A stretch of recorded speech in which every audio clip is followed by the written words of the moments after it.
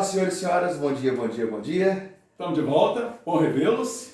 E hoje o tema da nossa aula, a formação das monarquias nacionais. Como que a gente vai fazer esse esquema aqui, Adelardo? Olha, moçada, observe que é módulo 3 da frente A, né? O capítulo está a página da apostila número 27. Acompanhe aí pela sua apostila. Nessa aula de hoje nós vamos falar a parte teórica da formação das monarquias nacionais e, na sequência, na mesma aula, vamos resolver as questões do capítulo. Trata-se de um capítulo mais enxuto. É um capítulo bem curto, é um assunto mais bem curtinho. condensado. Né? Então a gente dá para poder falar do assunto, como se dá a formação das monarquias nacionais e corrigir os exercícios sobre esse capítulo, beleza? Vai estar postado no blog para você daqui a pouquinho. Vamos lá então. Vamos lá? Vamos lá. Olha só, moçada, para começar a falar da formação das monarquias nacionais, é importante que a gente perceba as transformações que ocorreram no final da Idade Média, no período da Baixa Idade Média, quando a sociedade feudal começou a se decompor, entrou no processo de crise, de decomposição, e aquele poder político que caracterizou o período feudal fragmentado, descentralizado, né, em que a autoridade do rei, do monarca, era uma autoridade diminuta, reduzida, esse poder, né, que era então exercido pela nobreza feudal e pela igreja, isso vai passar por mudanças estruturais significativas. No final da Idade Média, em meio a essa crise da sociedade feudal, que há o declínio desse poder político da nobreza, há o declínio dessa autoridade política da igreja, ocorre um processo de centralização do Estado Nacional, do poder político nas mãos dos reis.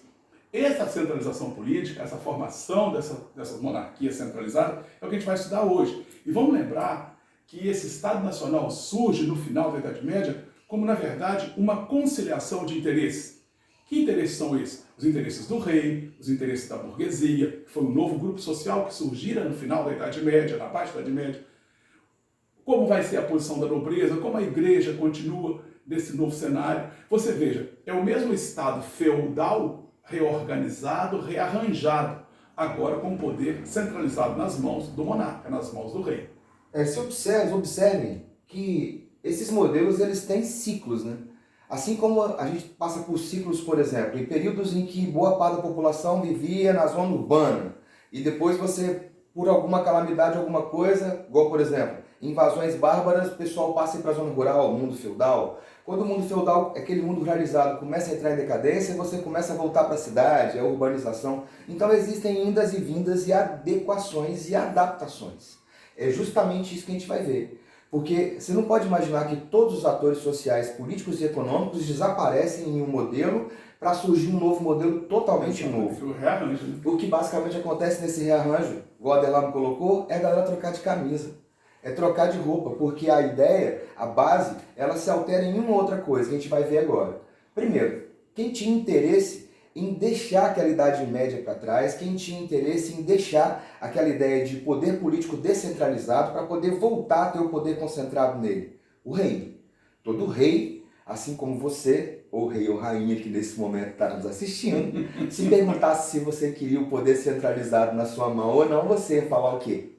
Olha o nosso presidente, ele não quer ter o poder bem centralizado na mão dele, só que ele é presidente, ele não é rei, e muito menos um estado absolutista que nós não somos. Então, primeiro, interesse do rei em voltar a ter o poder dele, concentrado nele. E como ele faria isso? Delimitando o território, exercendo a soberania sobre esse território de forma soberana, igual eu acabei de falar. Efetiva, não fato. só de direito, né? É porque você imagina que antes o poder estava pulverizado na mão dos senhores feudais. E o rei agora ele vai passar a ter o poder concentrado nele. Aí. Os monarcas reivindicam o monopólio da força, do uso da força. Porque se ele passa a ser o Estado, ele passa a ser agora, meu camarada, aquele que mantém o poder do uso da força. O monopólio do uso da força. E não só isso. Também os tribunais, a aplicação da justiça. O fiscal, que é a respeito da cobrança de impostos. E também leis, além do sistema monetário, tudo orbitando em torno dele. A gente vai ver, Adelardo, que isso aqui vai evoluir num tal grau que num futuro vai ter a frase do nosso Luiz, né? O Estado sou eu. O Estado sou eu. O Estado passa a ser a figura do próprio rei, beleza?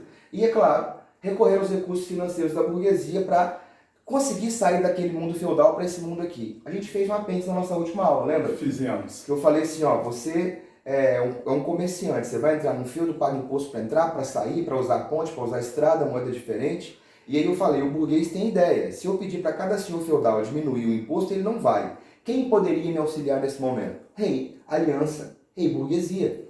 Eu lhe dou o recurso, você monta o exército, sobrepõe a nobreza e me ajuda depois. E como que ajudaria? Aí, então, como o Rondinelli falou, os interesses da burguesia são basicamente remover os entraves, os empecilhos feudais que dificultavam a essa burguesia o pleno desenvolvimento das suas atividades econômicas.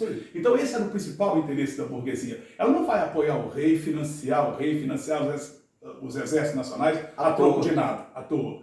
Então ela quer que se removam os entraves, os dificultadores feudais, né, que dificultavam suas atividades, que o Estado garanta a ela a segurança, como o Rondinelli frisou no slide anterior, o rei agora tem um monopólio da força, ele vai garantir a segurança. Isso interessa ao comércio da burguesia. E uma coisa bem curiosa, quando essa centralização se deu, né, o Estado vai padronizar pesos e medidas, vai padronizar uma moeda única, válida em todo o reino, cunhada pelo próprio Estado, né, vai por fim as diversas taxas e pedágios cobrados pelos senhores feudais.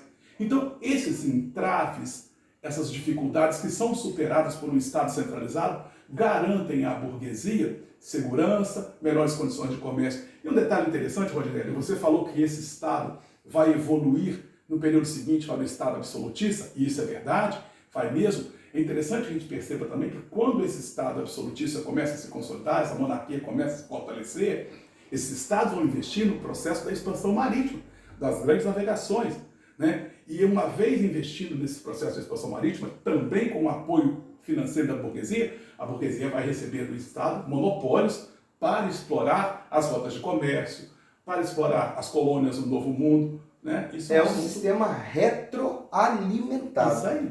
Retroalimentado como? Se o burguês facilitou em dinheiro para o rei voltar a ter uma tropa e mandar na nobreza, quando ele faz para a burguesia, o que ele faz? Igual o Adelano colocou, imposto único, moeda única, livre trânsito. Agora tem um exército que defende as fronteiras, vai colocar barreira alfandegária, simplificou muitas coisas. Os monopólios. E quando se navega, o rei ganha, a burguesia ganha porque ela abastece o comércio. Então é uma coisa que um vai... É um Estado forte, uma burguesia rica, um Estado forte. Quanto mais expande, quanto mais rico for a burguesia, mais rico vai ser. Então trata-se de uma conciliação de interesses. Aí o Rondinelli vai na sequência falar, você deve estar pensando assim, tá bom, Adelano, e a nobreza? E o clero? Atores sociais importantes naquela organização do período feudal foram jogados para escanteio? Foram deixados de lado? Evidentemente que não. Como já dizia lá na roça, é Rhodes Mariolas, né? É Rhodes Mariolas. Nobreza e clero, vai perder aquela teta maravilhosa? Não vai. É claro que, como nós falamos, esses atores sociais eles vão ser rearranjados. E aí o que vai acontecer? A nobreza ela não tem mais aquela autonomia de outrora. Deu seu senhor feudal, Rondinellius, o romano, tá me entendendo? Adelarmus, o grande, tá me entendendo? E grande. E mandar no território dele assim, à vontade não. Agora, o que acabou acontecendo é que eu vou me submeter ao rei. E a nobreza se submete ao rei por dois motivos. O primeiro motivo é o uso da força. O rei, tendo um exército maior, ele vai sobrepor aquele nobre que tem um exército menor. A segunda coisa é de que às vezes a nobreza estava necessitando de ajuda, que também comentamos na última aula. As jaqueries, que são as revoltas servis às vezes, sangravam os feudos. Então o rei chega e fala assim, ó, eu vou mandar minha tropa que vai colar com a sua, vão acabar com essas revoltas servis. Mas você não mandará mais nas terras como antes. Você exercerá o domínio em meu nome. Agora os impostos serão para mim. Ou seja, há uma reorganização, um rearranjo. E da igreja vai ser a mesma coisa. Ou a igreja se adequa, porque você observa que a igreja ela foi se adequando. Antes não existia cristianismo. Veio de Milão, Tessalônica, surge a religião.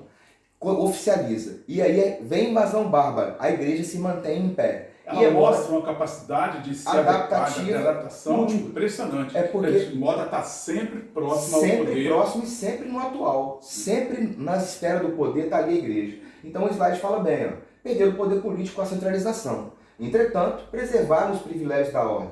O Estado garantia a nobreza e ao clero também o que? Ó, você não vai pagar imposto. Você vai ter um cargo de conde. Você vai receber uma remuneração do Estado. Então, se por um lado você perdeu autonomia política e administrativa, por outro você tem isenções. Por outro você tem, como pode-se dizer, Delano, você passa a ter pensões, rendas, que o Estado vai lhe prover. Do Estado. Na verdade, esses privilégios de ordem da nobreza e do clero, eles prevalecem até a Revolução Francesa. A Revolução Francesa é um marco curioso, né? Quando a Revolução Francesa começa, em breve vamos estudar sobre isso, né? Você vai ver que os revolucionários do Terceiro Estado queriam o fim dos privilégios feudais que exerciam o primeiro estado, o clero, e o segundo estado, que era a nobreza. Você vê, nós estamos falando do final da Idade Média, início da Idade Moderna, depois estamos indo até o final da Idade Moderna, até o século XVIII.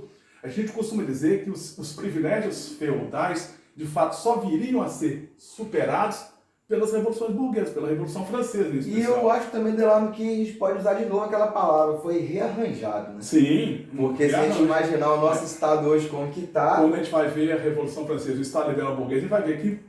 Hoje, no nosso cotidiano, você pode falar assim, pô, categoria tal tem um privilégio, a outra tem um privilégio, então essa ideia de ter privilégios, ela vem acontecendo desde a Idade Antiga, para a Idade Média, para a Idade Moderna e Idade Contemporânea.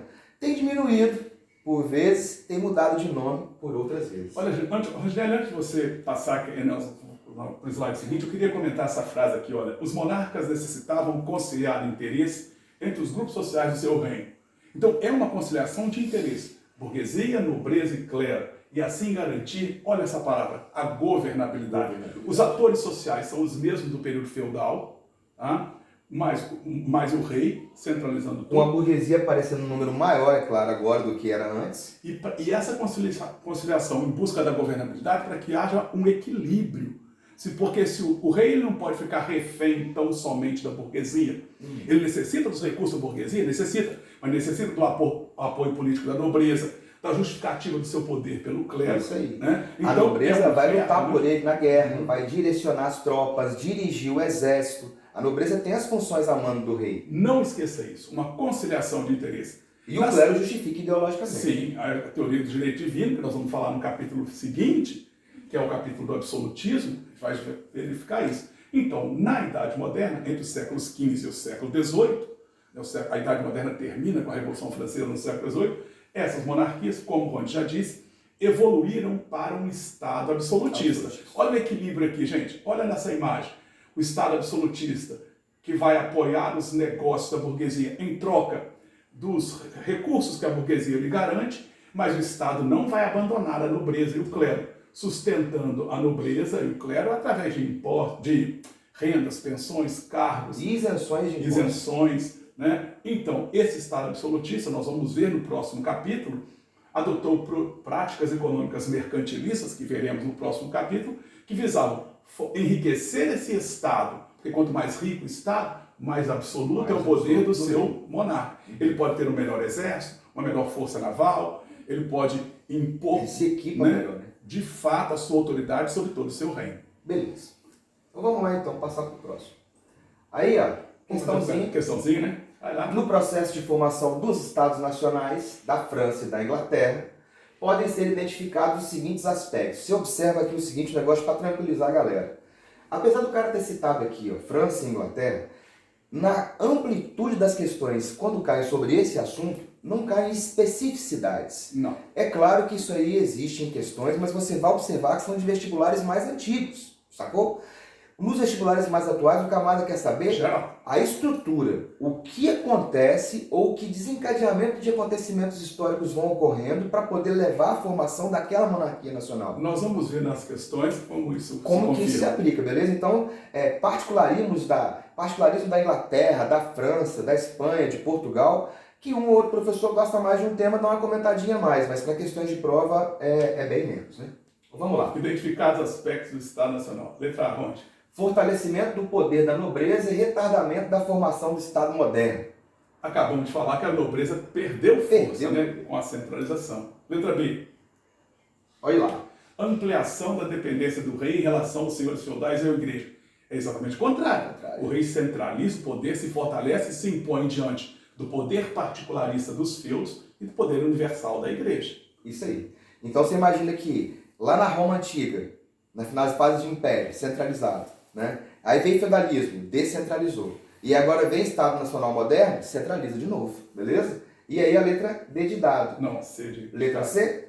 C, desculpa. Desagregação do feudalismo e centralização política. Falou tudo. Porque o feudalismo está entrando em decadência, lembrando, já falamos também em outras correções. Um sistema político-econômico amplo igual esse aqui, ele não começa em um dia e termina no mesmo dia em todos os lugares. É um processo que vai se diluindo por regiões diferentes. E, é claro, ocorre a centralização, porque vai estar na mão do rei. Beleza? Olha, a resposta é letra C. Uma questão que veio do vestibular da FUVEST. Beleza. Diminuição do poder real não, porque é o contrário, né, Adelar? E enfraquecimento da burguesia também não, porque ela vai se fortalecer com a aliança. Aliança, rei e burguesia. Aliança, rei e nobreza. São fundamentais para que o Estado Nacional Moderno se consolide. O último que ficou faltando foi a igreja. E aí vai chegar um momento que alguns monarcas vão falar assim, ou a igreja se submete a mim, ou eu mudo de religião. E ela tem uma capacidade de se adaptar e adequar imensa. Vamos lá. Vamos para o primeiro exemplo? Essa aqui, para quem já teve aula de História do Brasil, o seu professor já falou, porque essa aqui todos falam, porque vai estar na base da formação da colonização brasileira. Então, a formação de Portugal ela vai estar ligada, então fazer uma revisãozinha bem rápida, porque é bem tranquilo, né? Primeiro, Portugal vai ser o primeiro Estado a se tornar um Estado nacional moderno na Europa. Então, por isso que ele é algo que é mais frisado. Primeiro país a abandonar a Idade Média para a Idade Moderna é Portugal. O que tem ligação com a expansão marítima, que também reforça a importância a consolidação desse Estado. Os dois primeiros, né, Adelar, Portugal e Espanha, são os dois primeiros que se centralizam enquanto monarquias nacionais, são os dois primeiros que navegam. Na época que eu estudava na UFES, tinha um professor lá, o Walter Pires, lembra do Walter? Que ele dava uma dormidinha assim. Ele falava assim, se não centralizar o Estado Nacional, não navega. Se não formar a monarquia nacional, não navega. A não ser em atos de corsarismo e pirataria. É diferente. E aí vamos lá então. Isso é importante também, né, Rod? Que é um processo ligado à Guerra da Reconquista para a expulsão dos mouros da Península Ibérica. Então, primeiro, Portugal e Espanha vão ter a sua formação ligada à Guerra de Reconquista. Depois do ano de 632, depois de Cristo, o Muhammad começa a expandir, fazer a Jihad, a Guerra Santa. E isso vai sair da Arábia e vai atravessar o norte da África e vai entrar na Península Ibérica e vai chegar até a região dos Alpes, até Poitiers. Né? Sim. Como é que fala no francês mesmo? Poitiers mesmo. Poitiers. Poitiers quando Pepino Breve, Carlos Martel. Carlos Martel. Isso aí. Pai de Pepino. Pai de Pepino. Vai barrar os mouros lá. Deter os mouros em 732. Que seria mais ou menos ali na divisa com a França. Então você imagina. Porque os mouros pretendiam ir além da Península Ibérica. Avançar sobre o reino dos francos, que era o maior dos reinos aliados da igreja. Justamente. E o que acontece? Como a parte da Península Ibérica não havia ainda formado em Portugal e Espanha, haviam vários reinos cristãos pequenos e fragmentados, tá me entendendo? Que viviam no mundo feudal. Então os muçulmanos chegam em grupo, em bloco, e vão tomando reinos por reinos até chegar em Poitiers, lá na batalha lá na divisa com a França. O que acontece? Os reinos cristãos percebem que se eles não se juntassem, eles não conseguiriam expulsar os muçulmanos. Daí começa o quê? Os reinos se juntam, Aragão, Castela, Leão, Navarra. Só que só a união desses reinos, sendo que o mais importante aí é o reino de Castela, que vai se juntar depois ao reino de Leão, né? De Aragão, Navarra, vai formar um só. Castela porque vai ser castelhano, algo castelhano, castechado. É importantíssimo, Isabel, daqui a pouco a gente fala dela. E aí o que vai acabar acontecendo? Só eles não deram jeito também. Os caras começaram a fazer o quê? A buscar ajuda de nobres de outras regiões da Europa para poder auxiliar nesse processo de expulsão dos muçulmanos. Porque, querendo ou não, isso se encaixa num contexto de cruzadístico, né, cara? É cruzada no Ocidente. É muçulmano. A luta contra o Islã. Contra cristão. E aí acaba os infiéis, como eles eram chamados. Os infiéis de aula. E aí, desses caras, mas aí uma pergunta que quase sempre tem em sala. Rodi, mas por que um camarada ia sair do país dele, um cara que é nobre, e iria lá para a região da Península Ibérica para poder ajudar os caras a expulsar muçulmanos? Vários motivos. Primeiro, o ideológico religioso. Né? Você tem que cumprir aquilo que a igreja determina. Uma guerra contra o infiel. E a outra é o econômico, cara. Porque você vai ver que, você já viu, na verdade, com nossas aulas, que o primeiro filho do senhor feudal herda tudo, o segundo vai para a igreja, o terceiro está lá, vai virar cavaleiro. Se não tiver guerra, ele não tem grana para ganhar. Então, vindo para uma guerra, você poderia receber não só rendimentos, como também possibilidades de ganhar terra, dotes inclusive. E ele igual ganhou, né? O condado DOT. português. Não aquele DOT lá do supermercado, não. O DOT. E qual que vai ser o DOT? O nosso camarada Henrique de Borgonha, que era francês, vai receber pelos serviços prestados um pedaço de terra e a filha do rei em casamento. Ah, então quer dizer que Portugal começa como um feudo. Isso aí. Vassalo. Vassalo. Isso aí. Um conde é um vassalo do rei. Vassalo do rei. Que casou com a filha do rei e é uma filha bastarda. Isso mesmo. Então Portugal inicialmente é vassalo de Espanha. Justo. Isso aí que acontece. Só que aí vem a parada. De acordo com essa guerra vai se expandindo e a guerra vai vindo da direção norte-sul, a região que era ocupada pelos portugueses expulsou os árabes primeiro e a região que era ocupada pelos espanhóis ficou ainda uma parte para poder expulsar os árabes. Na verdade, na Espanha, a Guerra da Reconquista só terminou em 1492. Isso aí. Janeiro de 1492 até 1492, a guerra na Espanha prolongou-se. E aí, de novo, lembrei do Walter Pires, que ele fala assim, quem não termina a guerra não navega. Aí ele fala, a Espanha terminou a guerra em 1492, se as navegações... Dia 2 de janeiro foi a rendição de Granada. Dia 2 de janeiro, a rendição de Granada, de 1492. E naquele mesmo ano, Colombo chega na América. Navegando pela bandeira da Espanha. Justamente. Pelo Reino de Castela. E aí o que vai acontecer? Portugal, então, acaba com a guerra primeiro. E como Portugal acaba com a guerra primeiro, Portugal começa a desenvolver autonomias. E essas autonomias, que lá em Portugal eles chamam de municipalismo acentuado, porque nós precisamos ter nossa autonomia sem depender da Espanha para absolutamente nada. Daí, o que vai acontecer é que Afonso Henriques não vai mais submeter a autoridade do suzerano espanhol e vai proclamar a independência da Rainha de Portugal. Ora, pois. E aí, o que acontece? Os portugueses se beneficiam com a guerra entre Inglaterra e França no século XIV. Estavam vivendo a Guerra dos 100 Anos entre elas. Porque não poderiam intrometer nas questões de cá. Rota marítima, o comércio das cidades italianas e o norte europeu passa pelo litoral português, que nós falamos na aula passada. Você comentou isso na última aula, mostrando no mapa, inclusive. Isso, Portugal tem uma localização privilegiada. Isso favorece a burguesia lusa, né, a burguesia portuguesa, a navegar. E a centralização portuguesa criou condições favoráveis para a expansão. É aquela parte da expansão marítima e comercial. Agora que tem um Estado moderno, tem um rei que organiza, tem um rei que dá tributos, tem um rei que diminui os impostos, tem uma nobreza que patrocina também, uma burguesia rica que financia, em busca de vantagens econômicas. E o que acaba acontecendo? Então, se perguntar para você, a dinastia de Borgonha foi a dinastia que fez Portugal abandonar a Idade Média para a Idade Moderna e criar o Estado Nacional Moderno. Beleza? Só que aí, morre o Dom Fernando, 1383. Morreu o Dom Fernando sem deixar herdeiro. E quando ele morreu sem deixar herdeiro, problema. O camarada, a filha dele, era casada com o rei da Espanha. Logo, imagina que eu sou o rei de Portugal, e se eu morri, e não deixei um filho, deixei uma filha, e se essa filha é casada com o rei da Espanha, biologicamente, naturalmente, Portugal poderia voltar a pertencer à Espanha. E aí, ponto alto dessa parte sobre formação de Portugal, a Revolução de Avis. Revolução de Avis, como diz o Mauro. A população, ela se dividiu em Portugal. Uma parte queria voltar a pertencer à Espanha, a nobreza, por exemplo. Aí você fala por quê? Porque a nobreza em Portugal não tinha autonomias como na Espanha existia. Por outro lado, a burguesia não queria pertencer à Espanha de forma alguma, porque o comércio em Portugal era muito mais livre. A população não queria pertencer à Espanha de forma alguma, porque eles não eram mais servos. E nessa Revolução de Avis, ficou então, de um lado, do rei, irmão bastardo do rei, o Dom João de Avis, o povo e a burguesia. E do lado do João da Espanha, ficou a nobreza portuguesa. Mas, o que acabou acontecendo ao final dessas contas, é que a Revolução de Avis foi vencida pelos portugueses.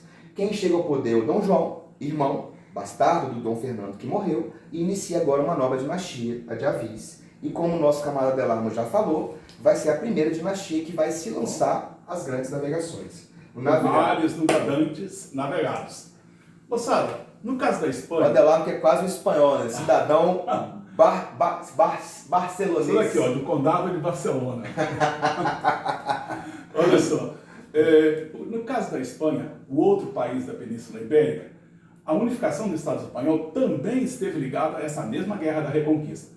Por isso eu vou sugerir a vocês, na sua apostila, tem lá na página, deixa eu te falar a página exata, na página número 29, tem lá um Bernoulli Play, um videozinho de 4 minutos.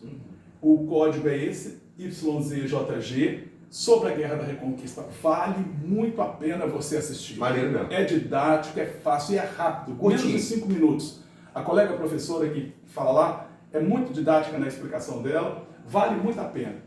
Aí ele vai falar de Portugal e de Espanha, vai falar da Guerra da Reconquista de uma forma bem resumida. Só um pouquinho, Delamont, antes de você entrar, aquela ideia que eu estava falando da guerra do norte para o sul, dá para você ver direitinho nesse mapa, ó. Os reinos cristãos se juntando, né? Você observa. Não, começa daqui. Começa aqui. Começa daqui, ó. Isso, os reinos cristãos se juntando. E aí, ó, já surge Portugal, tá vendo? O que é verde é muçulmano. É tudo né? muçulmano. Né? Então veja que estão... E Portugal já surgindo, ó. Aqui, ó, Henrique de Borgonha já ganhou o território. E aí a guerra continua, ó, em direção ao sul. Você observa que os portugueses, ó, chegaram até o litoral. E já os espanhóis não, ó, ficou faltando essa beiradinha. Aqui foi o que eu te falei, a 2 de janeiro de 1492, o Reino de Granada foi o último reduto muçulmano a ser vencido, né, pelos E é maravilhoso, né? espanhóis. Córdoba, Granada, é lindo. bonito demais. Maravilhoso. Mas vamos lá. Então, a formação do Estado espanhol também esteve ligada à Guerra da Reconquista. E aí foi fundamental a união dos chamados reis católicos. No ano de 1469, o rei Fernando, ele era rei do Reino de Aragão, tá? Uniu-se em casamento com a rainha Isabel de Castela. O reino de Castela era o mais poderoso dos reinos que vão dar origem à Espanha. Isabel é uma mulher muito impositiva, inteligentíssima também. muito católica. Eles são conhecidos como reis católicos. Tá? Eles são os pais de Catarina de Aragão, a mulher de Henrique VIII. Catarina é a última filha dos reis católicos. Eles tiveram 5 filhos, um homem e 4 mulheres. Catarina, a mulher lá do Henrique VIII, era filha deles. Pois muito bem, o casamento de Fernando e de Isabel uniu os reinos de Castela ao reino de Leão, Aragão, o condado de Barcelona, e com isso eles foram avançando rumo ao sul e expulsando os mouros, recuperando os territórios, reconquistando os territórios junto aos infiéis muçulmanos. Até que em 1492 essa guerra chega ao fim, no Reino de Granada, como o Rony já disse. Nesse mesmo ano, a rainha Isabel financia a expedição, a primeira das expedições de Cristóvão Colombo. Ele fez 4 expedições vindas da América, né? E essa conquista das regiões mineradoras da América, a partir da expansão, que se deu em 1492, acabou transformando a Espanha numa nação muitíssimo poderosa economicamente, por causa da exploração mineradora. Vocês já viram isso. E aqui um detalhe interessante. Na Península Ibérica, especialmente na Espanha, a ação do Tribunal da Inquisição, reprimindo os judeus, confiscando os bens dos judeus, expulsando os judeus dos seus territórios, ajudou a fortalecer o poder absoluto do rei.